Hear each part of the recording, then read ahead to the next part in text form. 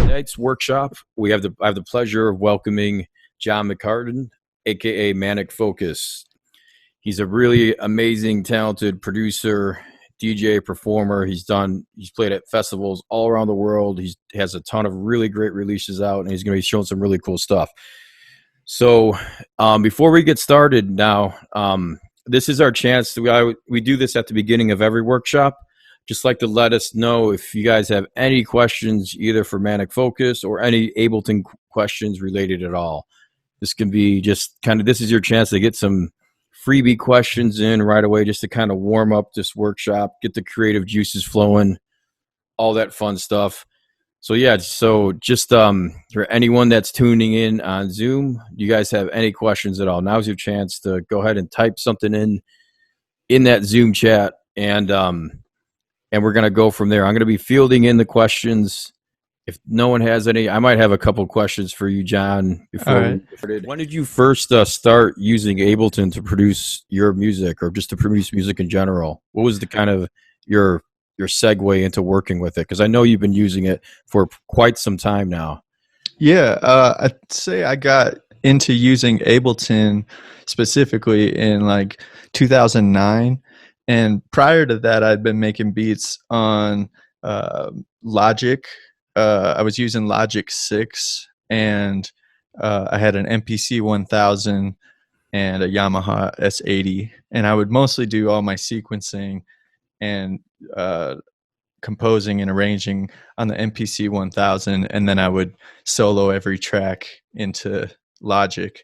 But as soon as I got Ableton, I was blown away by the possibilities. And I haven't used another DAW since, unless I'm collaborating with somebody who's on a different one. But yeah, I love Ableton. It's really opened up my imagination and creativity to what's really possible in the world of sound. So that was a good question that came in from Kyle. Another question for you. This is coming in from Jay Ratanadvong. I'm probably pronouncing that wrong. Apologies, but this is for you, John. Love the music. Any updates on the Pretty Lights collab? And what's your number one tip for amateur producers trying to improve? So I'll speak briefly. The collabs, they're mostly Manic Focus tracks. Like I had the honor of being able to work with Derek in New Orleans and play with some modular stuff, and we jammed for like a couple days, and basically did a modular jam where we record it for 40 minutes of us just turning knobs, and then he just gave me the audio files, and I made a couple tracks. And originally I was thinking, oh, these are collabs, but I spoke with Derek recently, and he was like, no man, those are your tracks. We can get down on a official collab later, when Pretty Lights is ready to do a comeback. So it was an awesome experience working with him. He works a lot outside of the box. He's extremely proficient in Ableton, but it was really cool to play on a really awesome modular rig and kind of approach sound design very hands-on, mechanical way. So awesome. But yeah, number one tip for amateur producers trying to improve. One of the things, can you see my Ableton screen right now? Yeah.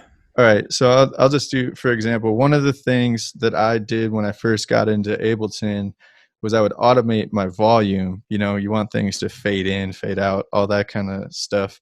And I would do it like this, where, and I've seen a lot of people who are new to Ableton will do this. And I did this, honestly, when I started, where you have your volume over here. Can you see my mouse?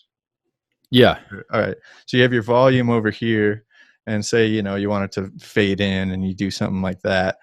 But I quickly learned that that's a really uncomfortable way for mixing later on. If you want fade ins and fade outs, mixing can get really, really tough if you're automating your volume over here.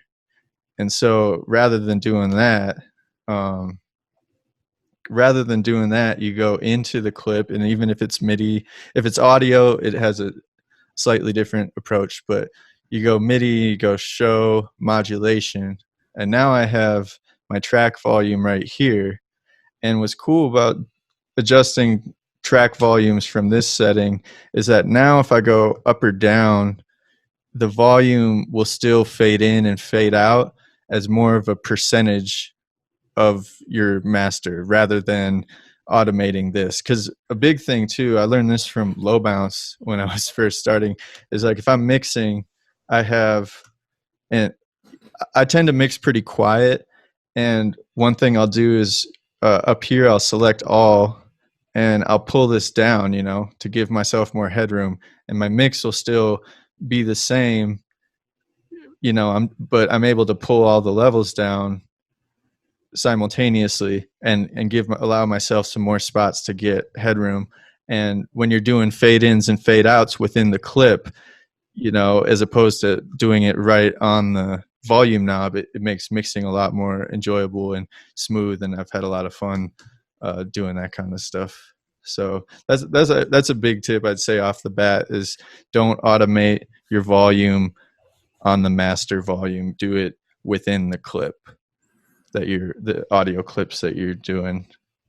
That's a great tip. I never do volume automation anymore myself. I highly recommend that.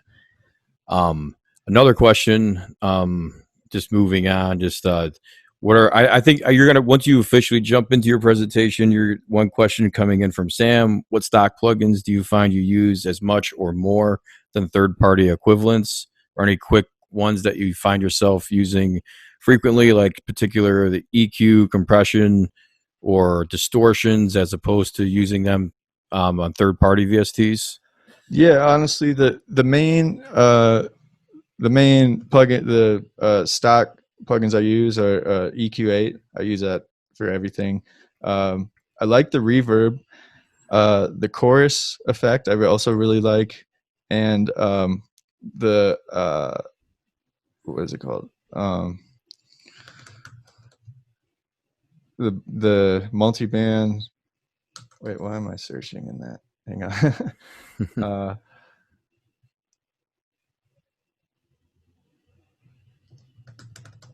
Multiband dynamics, and then the different, either the glue or the regular compressor. I usually use the regular compressor in accordance with multiband dynamics, but those are the kind of main things that I use stock wise in Ableton. A lot of my synthesis is through third parties, or it's I have some hardware synths over here, and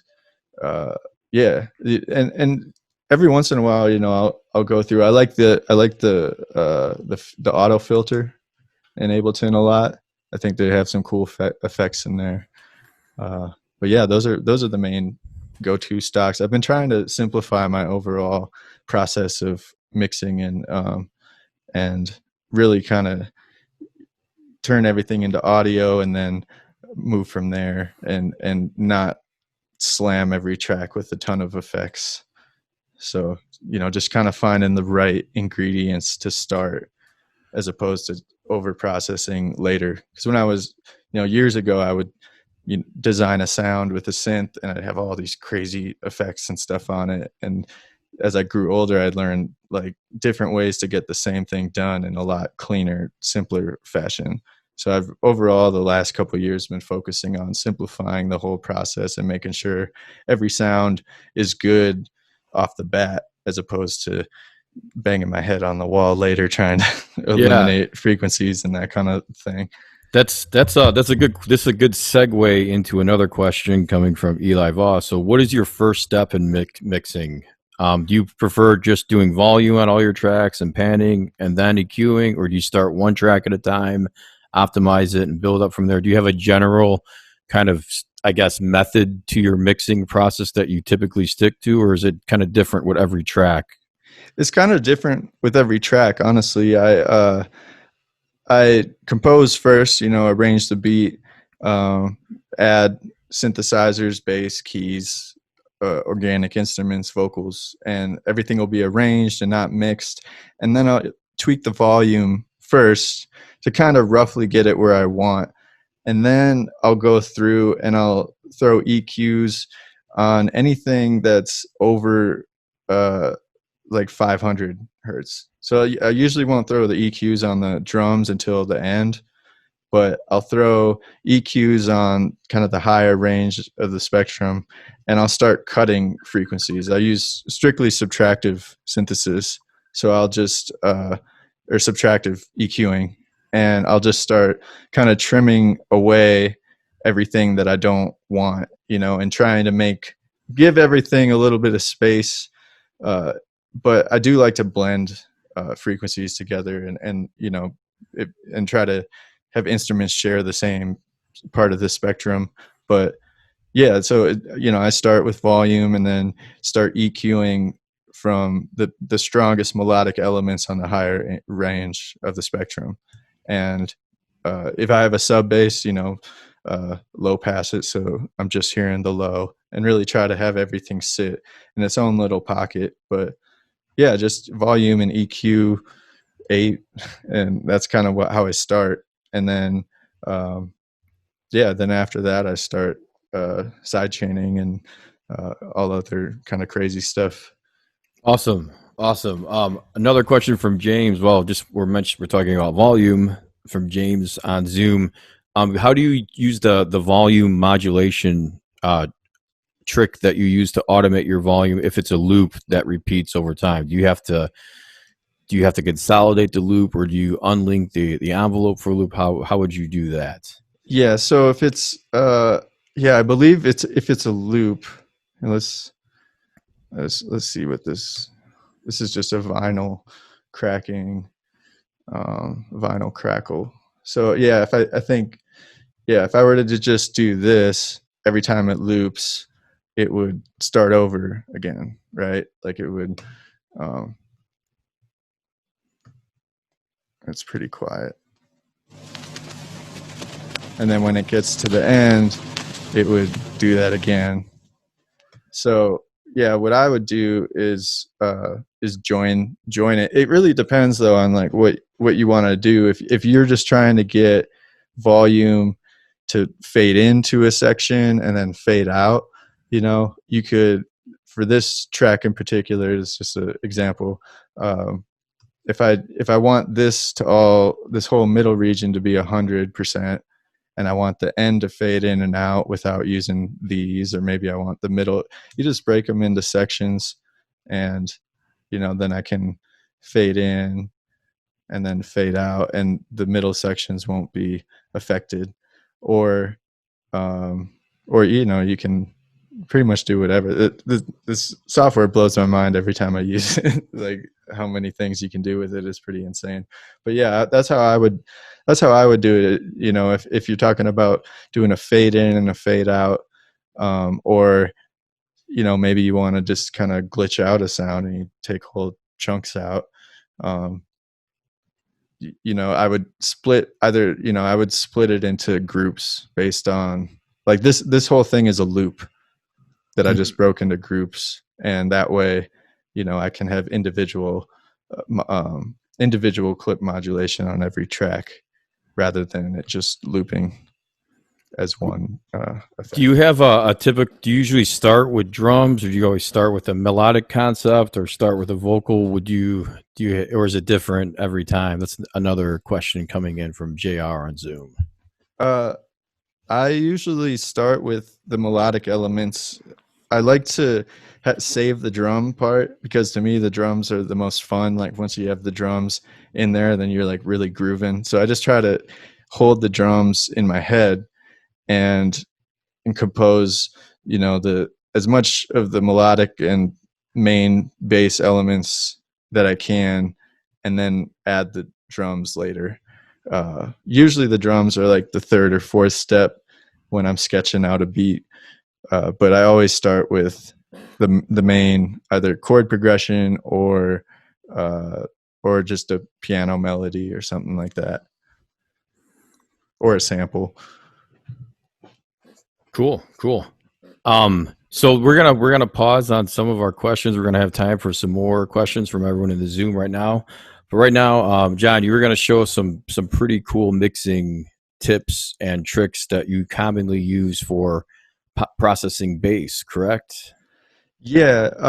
Oh, you wanted to see like the sound design part of it first, Or or the? let's. I mean, I think you're going to show us some mixing stuff and sound design, but since we're still kind of on the topic of mixing, maybe we can go with that first, if that's cool. Yeah, absolutely. And this is the tip I'm most excited to share. And this, I'm sure a lot of you guys probably know it already, but this is the biggest um, thing that I've done for years that I feel like really helped me not only to understand mixing, but to make my mixing tighter as a whole and also kind of have the tracks breathe with each other, especially the drums. And it's this multi-band compression.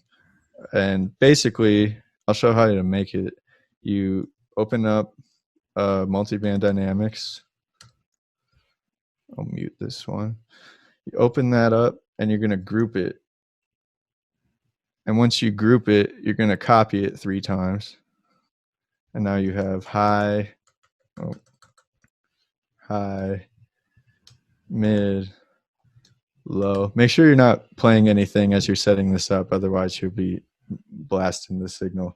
So then I go through here, solo the low, solo the mid, and solo the high. And now what's cool is I'm able to add compression or effects to these 3 individual bands that without affecting everything else, if that makes sense. So rather than throwing a compressor on a track and compressing the whole thing to the drums, this way I can add a compressor to the low and I can just cut out that low part. I can cut the kicks, have the kicks, give them some space on the low, and now the mids and highs won't be affected by the kick coming in. But take it a step further and you copy that to the mids, and now you have the kick is affecting both of them, but rather than affecting them in an identical way, you could like ease up on the middle one and play with that. And it kind of, I like to think of it as a way as like your tracks are kind of like hugging the drums rather than kind of sacrificing the whole signal. You're able to really control your space with drums and other elements and not sacrifice a lot of cool parts like a lot of the high stuff that normally wouldn't, that normally doesn't necessarily need to be sucked out of the kick. So that's a big thing that I do, and I can show you this little bit bass breakdown and how it sounds on here.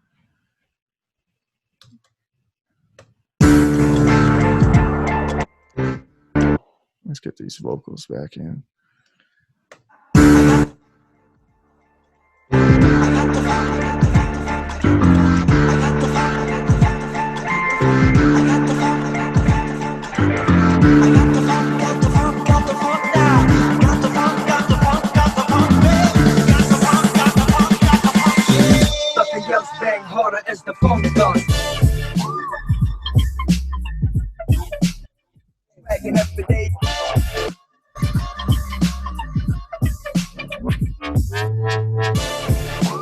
So as you can see here, the kicks, I have 2 kicks going, and I've compressed them on the low part slightly differently. And the mids, I have the kicks as well. They're compressed a little bit harder because I wanted some more space for the drums in the middle range. And the snare is also right there in the mid. So if I solo this, you can kind of hear. But the high is only slightly affected by the snare. So if I turn this off,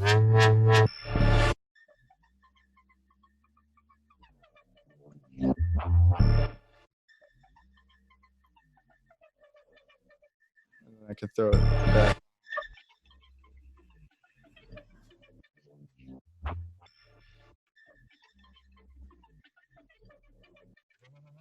And I don't necessarily send this to all channels. I try a lot of my stuff mixing wise. I try to have it play off the drums, and so most of this technique is for me creating space for the drums and side chaining elements to the drums. Cool. I have a question. Do you prefer using the multiband dynamics to isolate the low, mids, and highs as opposed to using just the EQ3? Where you, Uh, yeah. Honestly, I haven't really tried it with the EQ3. I did try to do a 4-band one with the EQ8, and there was like I did it for a while, and then I just started to notice there was some phasing.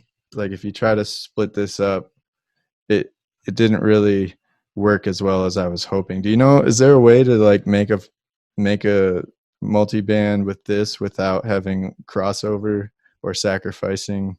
it's technically impossible to do with the Ableton EQ8 just because the steepest slope you can have, at least with the filter curves, are 48 decibels per octave. So they're always are going to have some kind of curve or something either overlap or some frequencies missing. Um, but sometimes I've done similar racks just with the EQ3 because it has the kill switches for each individual bands.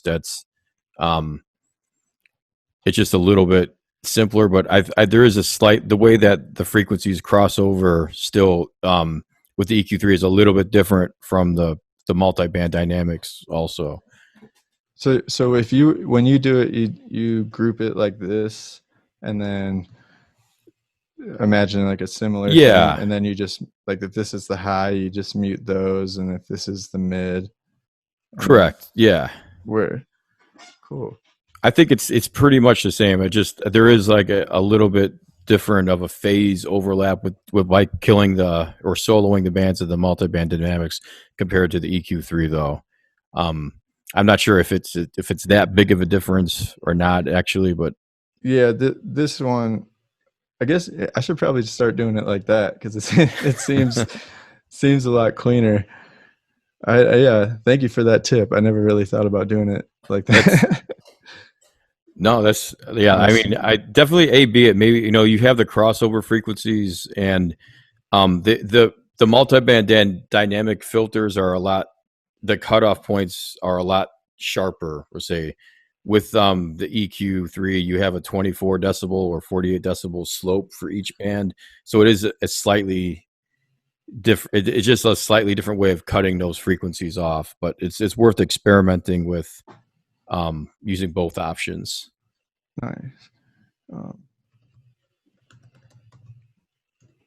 I'll just save that. Oh wait, no, I didn't want to do that. I wanted to say cool. All right. What else? Awesome. Yeah. So you're working on a new sample pack. That's what you mentioned to that earlier. Can you give us a little peek of what's how you're building that and what's all going to be in it? Yeah. So I'm working on a sample pack right now, um, and uh, there's a good amount of samples. I recorded at this studio, Neutral or no, what's it called? Anyway, it was a studio in Chicago. Then I recorded a lot of sessions for my album Minds Rising, and there were a lot of elements that I recorded that I never used, and so I'm kind of going through there. I have like a lot of live grand piano parts I can sample. Like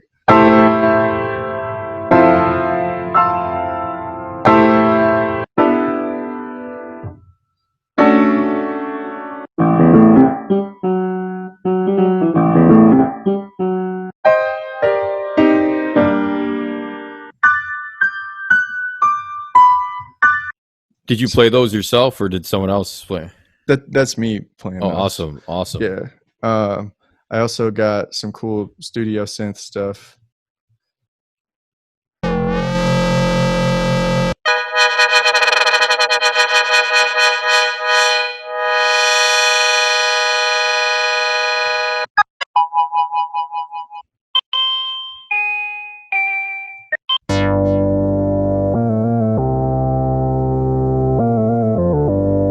Yeah, those are fat. Those are warm. Do you know what since you used for those? I used a Moog, Lil Fatty, and I also used Juno for some of those. Nice. Yeah, and I'm making some kicks and snares too, which is kind of a new thing to me as far as like synthesizing kicks and snares from scratch in Serum, but I have a couple different ones I can show you.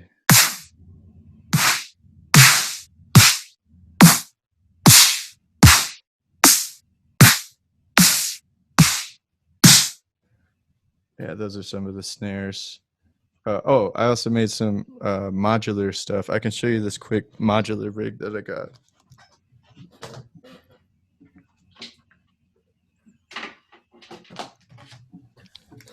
So this is a modular rig that I made that I use sometimes. It's a Nice. little one rack thing. Got two oscillators here, some delay, reverb, filter, VCA. And yeah, I made some of these next things I'm about to play using this and Arturia BeatStep Pro.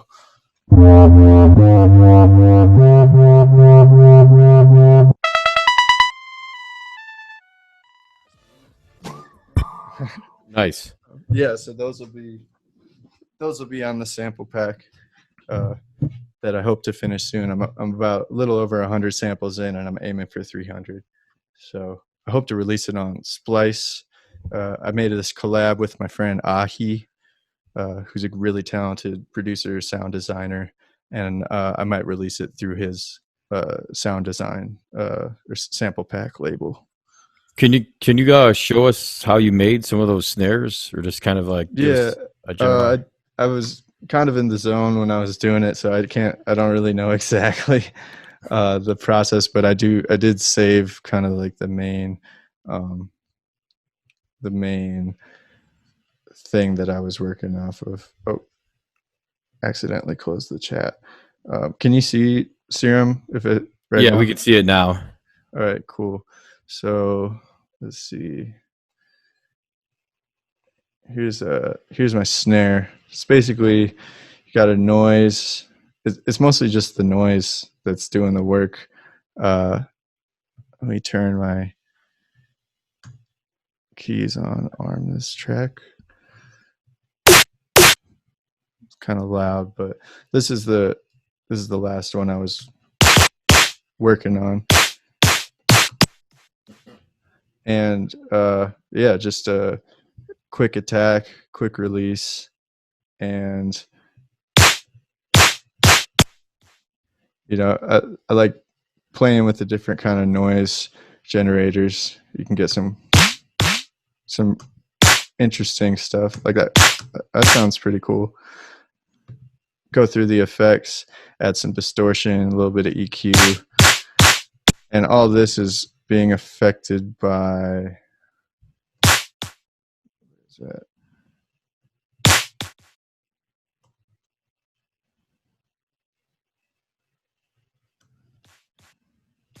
yeah. So this is a kind of a cool way. I just use LFO4 to affect a lot of the kind of attack release of the effects. As cool as you can throw this on a bunch, and then by just playing with this, you can get a lot of different results.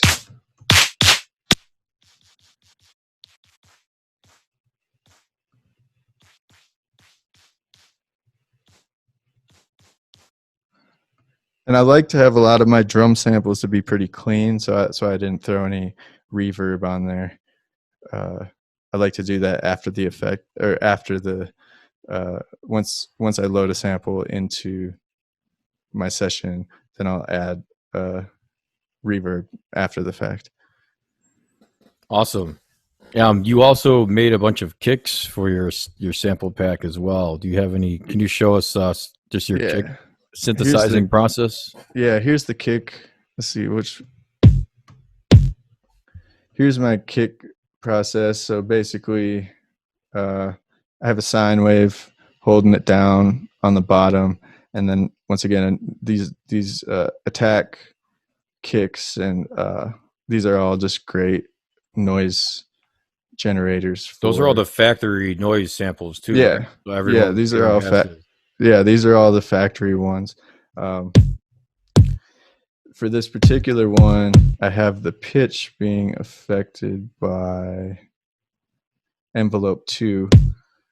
So I wanted the pitch to kind of, I wanted the initial hit of the kick to be a little bit higher, and then it resolves at a lower pitch. So this is where that whole pitch stuff is affected. If you can see here,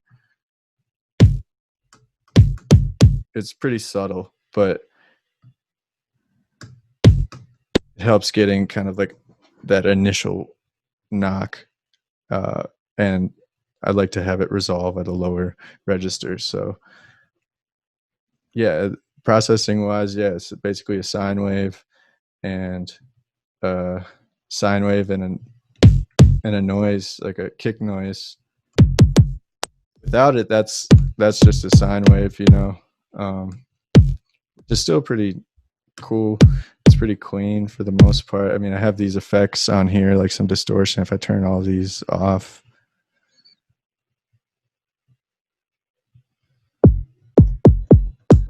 you know, and that's because the reason it's sounding like that, you know, it's a sine wave, but this release is super short. So if I extend that, now you have your sine wave with a really sharp attack. And yeah, I just kind of made the release a lot shorter and added the noise to make it a little funkier. And then on my effects, I added some distortion.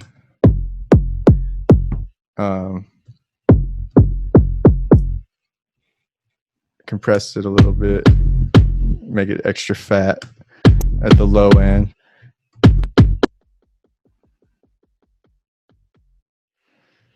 This EQ is a little bit, not too much. Added a little, actually no, I didn't.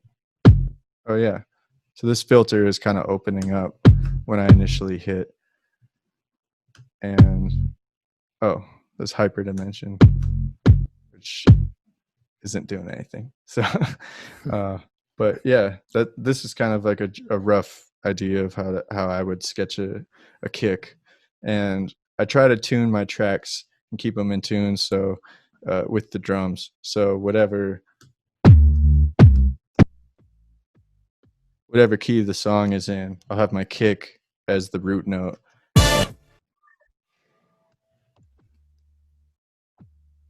And you know, that way it kind of keeps everything sounding clean and together. Awesome.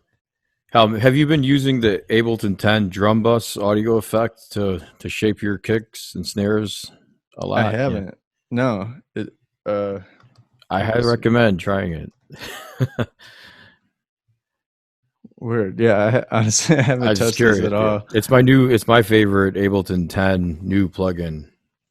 Nice. It's just great for you can do a lot of the distortion, filtering, and compression that you were using in the Serum effects, just with the drum bus, or you can use it in conjunction with it. But it's a great way to shape some drum sounds as well. Nice. Yeah. So let me see. Let's try this. I'll mute. You compress in there too? Yeah, there's a fixed setting compressor you can activate, and there's also a transient shaping knob in there as well. Nice. So this is going.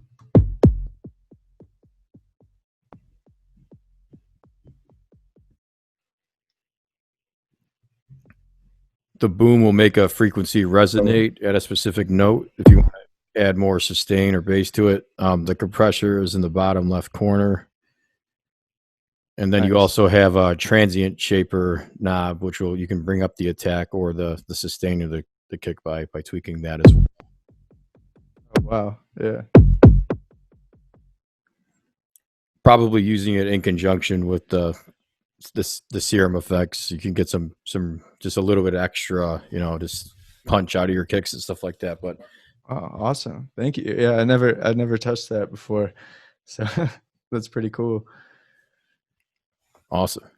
Cool. I'm looking at the chat at yeah, we got some questions coming in. Yeah. So yeah, just here's kind of a general question from Evan Bailey on Zoom. Any tips for staying consistent in production, even if your creativity is at a lull? Tend to get in my own head, especially if I struggle to find a good track to finish for a week or two. I get in the same boat all the time, Evan, and I guess it depends. Like staying consistent. Do you mean by like developing your own sound, or like a specific kind of style, or are you talking about just keeping the level? Yeah, I get staying consistent. Like if my creativity's in a lull, I try to step away from the actual production side and try to focus on just playing piano, or keeping it musical, but stepping back from the actual synthesis or arrangement or all that stuff, and try to work outside the box if I'm struggling creatively. Um, and yeah, as far as keeping a style or sound, um, and trying to hone in on what makes you you, as far as how do you express yourself in like an original way. I think a lot of that just has to do with just finding like your favorite sound to synthesize, and getting really comfortable with that, and also stretching that as far as you can, um, and seeing, being able to design a sound, and then like really resonate with that sound, but also be able to take the sound in different dimensions, while I guess maintaining the same vibe. I guess I don't. Yeah, like I have a lot of synthesizers and different plugins and all that kind of stuff, but a lot of my design, it's still kind of, it sounds similar, and I'm just kind of expressing a similar idea over the course of several different tracks or pieces. Like I really love this particular, it's kind of like a thunky, like I like those kind of synths that are like really chunky and rhythmic. Like I love really rhythmic bass synths that kind of bounce, um, and just kind of dance on the track. Was So that a lot was that a sound that you made and that you've? that was a sound in Serum that I tweaked. I think. Let me see. Uh, oh wait. Yeah, that was a sound in Serum that I made, and see if I can find it. I don't know if I can find it. Sometimes like I'll just be flying through a session and forget to save presets, and it'll be audio, and I'll go back and I'll be like, oh damn it. Why didn't I save that preset? One thing I've been meaning to do though is actually like have days where I like, dedicate a day to the sound design and make your sounds, put them in a folder, and then have a different day where you're composing and arranging, and you have this whole day where you're kind of meditating on the sound design. But uh yeah, when you're, a lot of times when I'm producing, I'll just be, I'll open up a synth, and part of the arrangement composing process is like straight up sound design is right in there. That's not necessarily a great thing to do. Uh, and I definitely want to start having like days that are strictly sound design days, and then days that are arrangement days. And that way I can really focus on just the one, like, all right, we're going to make this synth line, and we'll do like a bunch of different takes and a bunch of different keys. And then the next day I can worry about arranging it and all that kind of stuff. Cool. But yeah, we can go through some of these. Yeah. Let's see what this is.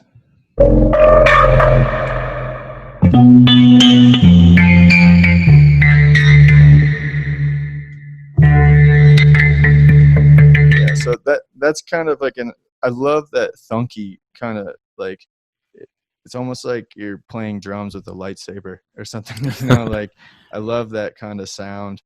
And so a lot of the times, a lot of my newer stuff, that's kind of the sound I like to go for, is making a bass sound that can really has a lot of percussive elements to it. This ties into a different question from Sam. Is if you had a bass that like this that has, yeah, I could definitely feel a lot of low end already in it. Are you still layering a separate sub underneath that, or do you tend to try to get more bass out of your main basses in general when you're producing? That's a good question. Because like a couple months ago, I would have said like always have a sub bass underneath, and that would be for me as simple as like take a serum, do a direct out, make it a sine wave, and then roll it off with an EQ at the end. But lately, I've really just been trying to incorporate it all into one track and not add another sub bass. Um, and you get some cool results. But if you really want that like heavy low end, and you don't want to mess with a lot of like LFOs or any, you want it like a strong solid signal sine wave in that low end, then yeah, I definitely would make a separate sub track and roll off the highs, like just open serum and turn off these oscillators and turn everything off, and then direct out, go here, you've got your sub bass right uh in your MIDI roll, right in what the notes are, and then uh roll off the top, and so you just have that sub region, and then it's really easy to control it without having to affect your main synth, which is kind of nice. If your main synth is sitting around like 1 to 500 hertz or higher, maybe it has a bunch of cool high end stuff, having that sub separate on like a whole on its own can be really helpful sometimes. uh yeah, so but lately I have been trying to do everything on one track and trying to have my sub be incorporated into the synth. But that's like super lately. Like my last album, I was doing sub bass tracks and all that kind of like keeping the sub bass by itself. These last couple of days, I've been like, oh well, I wonder if I just don't do that, and I'll just try to, you know, uh, incorporate it into the actual synthesis. Was there like an aha moment that like I got enough sub in this bass where I don't want to split it, or Yeah, I figured that was pretty much it. I was like looking at the signal and I'm like, man, this really doesn't need, like, the sub is cool, and you don't necessarily need to switch it. The tricky thing though is that like I like to I like the sub to still be hitting underneath my snare. And so if I have a bass going on one track and I'm multi-band compressing it, uh if I have that snare going, it's gonna mess with the sub bass. You follow me? Like yeah. if I do that, then if it's all on one track, it's harder to kind of control the sub bass. But I was playing with it. A lot of it was because I had this sub bass that it wasn't super low, but it was playing off of. I had a lot of gliding going on, and so in the particular instance, I wanted it was moving enough to where I didn't need it to just hold down the bottom. So I figured I could just attach it to the synth because I had it going up, like, the notes would go an octave, octave and a half, that kind of swinging. And so it wasn't necessarily just holding down like the bottom. So it was really tied into kind of the main idea the of the bass part. Awesome. Another question coming in from Zoom. I'm going to pronounce the name wrong, but do you recommend newer producers learn piano or allocate that time to just learning production in general instead? So let's say if you don't know how to play any instruments and you want to make music electronically, is it important to learn an instrument? And then this ties into a secondary question: is do you usually start your tracks on real instruments and then jump into software, or does it go back and forth? Uh, To answer the first question, I do think it's really important that uh, as producers, you you do get familiar with some sort of instrument. It doesn't necessarily have to be piano. I mean, guitar, drums, any like tactile instrument. Like the computer in Ableton, I believe is definitely an instrument for expression. Uh, but a lot of my skill set and being able to compose came from playing piano and just being able to sit and express basic ideas on actual hardware instrument. I think is really important, and it'll also kind of open your mind to the world of music as an organic thing, rather than just ones and zeros in a computer. And it's a lot of fun. It's music, and I really think that learning any instrument, it could be harmonica or anything, I think it's just really important as a composer, as a beat maker. But if you can't do that, then you know just sampling is a really awesome, beautiful art form. Digging for crates for records and trying to find those hidden gems, that's a really cool way, I think, to jump into production by sampling a lot. And I usually start when I'm working on tracks. I usually start on the keyboard, unless I like I'm on the internet and I found some really goofy sample and I want to dive into it right away. Then I'll just rip it off the internet and then throw it into Ableton and just go to town and just have fun, you know, cutting the sample up. But most of the stuff, I have a keyboard and I'll start on the keyboard coming up with chord ideas or progressions or, melodies and that kind of thing. And then I'll record that MIDI into Ableton and go from there. And yeah, a lot of times too, it helps to be in a studio with musicians or being able to record organic instruments, even if it's just with your cell phone. You can get some really awesome samples just out in public and recording anything off your cell phone and then import it into Ableton and just kind of diving into sound. Do you have any examples of, I guess, real world sounds that you've recorded and then actually use in tracks that you've released? Well, I've done studio sessions. Like a lot of the last album I did, I went to New Orleans and hired studio musicians, and we recorded there in New Orleans. And yeah, off the top, I'm trying to think of sometimes like I've gone outside and just recorded, like bird noises or something, just to add like little textures to the track to kind of make it feel like it's in a real space, like it's like there's an environment that the music is existing in. Awesome.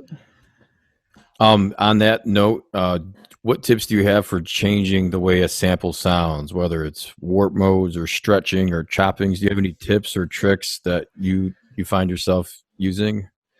Yeah, it depends on the type of sample. Like, if it's okay, can I open a different session? Yeah.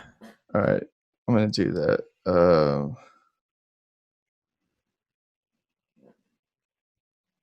Let me find it. So I made some tracks with this amazing DJ and producer Chris Carnes,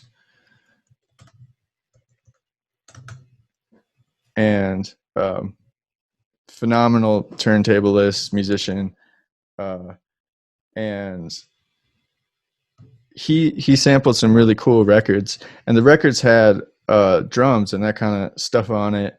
And usually when I'm sampling, I try to avoid sampling records that have the drums on them, or if I do, then I sidechain the hell out of like the drums, because I really want to have control over that element in production, either by recording a live drummer or taking a drum break and stuff. But here's an example of a way that we flipped a sample that had a lot of going on in the sample. And as far as like editing, I always, for the most part, when I'm sampling, I work in complex mode. I'll work in pro mode occasionally if I want to maintain if I want to get you can get some really awesome effects in pro mode on vocals. I think when you pitch something up in pro mode, you can it still sounds like a real singer, whereas like in complex it kind of sounds more robotic. And Orville, do you know what I'm talking about? Or? Yeah, like complex pro mode, again, it has a formant preserve function. Yeah, kind of is designed to preserve the size of the instrument or the voice when you're transposing it, while complex mode doesn't make an attempt to preserve the formant of the voice. So I hear a big difference, especially if I'm like tuning vocals. If I'm pitching them up or pitching them down, you're going to hear a big difference with complex pro compared to regular complex mode because of the formant preserve that's built in. But you can kind of push them both to the extreme to get some really interesting and different kinds of creative results. Yeah, like down here, I like that you can go here and you can kind of adjust the formants and kind of meet halfway or something. And that's something I'll do sometimes, is play with pro and adjust the formants right in there.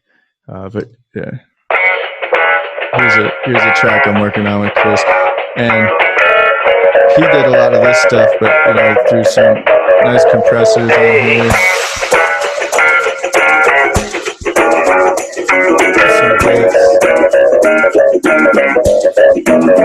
Some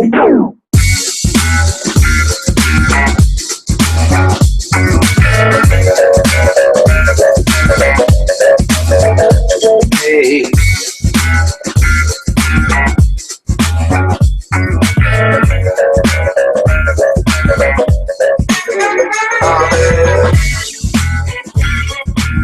So what are some of the I noticed you had a lot of effects on those samples early on. You're using some gates and how did you get that cool funky choppiness happening with that sample? Yeah, so Chris actually did a lot of this, and I love the way that he used a lot of these gates and compressors to get everything to kind of.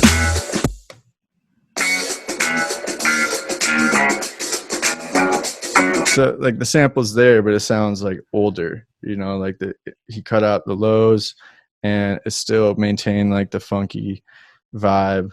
And it looks like hang on. Yeah, honestly, this one, it doesn't look like there's like a ton. He created a group and did a stereo effect here, so it's left and right. And on the right side, he has a little delay.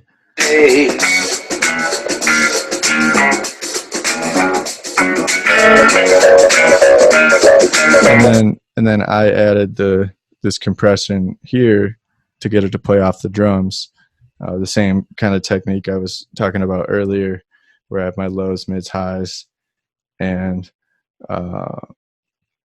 so the whole sample is kind of pumping off of the drums that I have down here, which is then we added like a live kick, live snare, different hats, and yeah, I guess I didn't really answer the question. A lot of it is just sample selection to begin with. Just like I noticed when it first came in, that it had the gates on it. That's this intro one. That one. So what exactly were you doing with the gates? I was just curious. See, I don't think these gates are doing anything. I think we were playing with a different idea off the bat, and we just left them on there. Because if I turn them off, they're on right now, and now they're off. So yeah, I think that was like a different idea that we were playing with, and we hadn't quite adjusted yet. Cool. Yeah, and then let's see if I can show you the bass part without my computer exploding. Stop the silence, stop the violence. We want organs to raise party. Forget killing them softly, this is loud shit.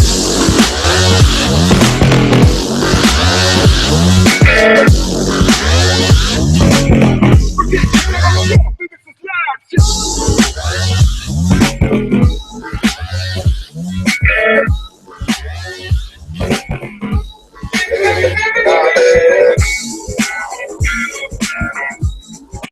Yeah, so that's something that we've been working on. I have some serum stuff in here. I can show you. This is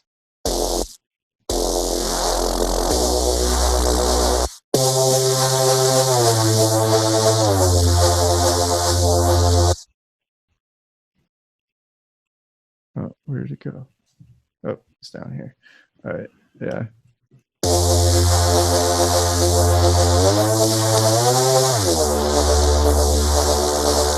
So yeah, I love playing with like mono legato settings and getting that glide just right.